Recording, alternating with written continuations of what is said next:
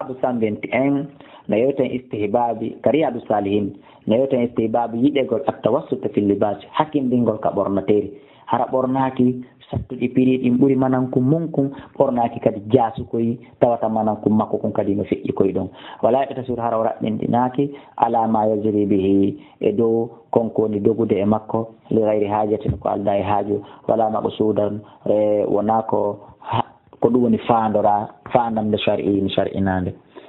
wan amr ibn shu'ayb an nabihi an jaddihi radiyallahu anhu qala wi qala rasulullah sallallahu alaihi wasallam nelaɗo make inna allaha allah yuhibbu himo yiɗi an yurande yi'ete nokkugo ko an yara ɗon haray ko nde o yi'ata kanko Allah ɗo noon si woni an yura min ka deftere anga haray ɗon ko nde yi'ete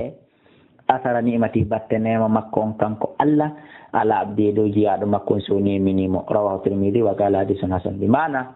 si Allah neminima ya jogoto o yiɗa yidema hiɗa joɗodi ɓiƴodi e yimɓe taxi hunde so neminima ya heɓu motoru o yiɗama yiide hiɗa dampa veloru so neminirima otowal okkima moyen oto legol o yiɗa yidema hiɗa joɓi e hoore motohum so neminima ya ɓorno kaftaniji saudi ya ɓorno ɓeygure ma nde jilbabuji saudi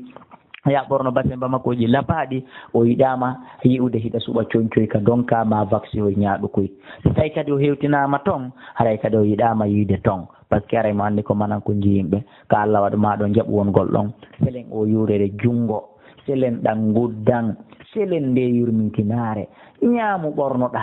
woɓɓe koni waɗirde ɗum ko kulol wota andoɓe mari fi wota yimɓeɓe yahu ñawloɓe ma wota yawtorawɓe ko haaju goɗɗo e ko jogiɗa minen meɗen yondinori kum men mari kum Allah no yeeti men ka Qur'an wa sallallahu min fadli tore Allah immorde ɓural makko ngal si men weelama si men holli si men ɗonɗama ko toon mi woni torade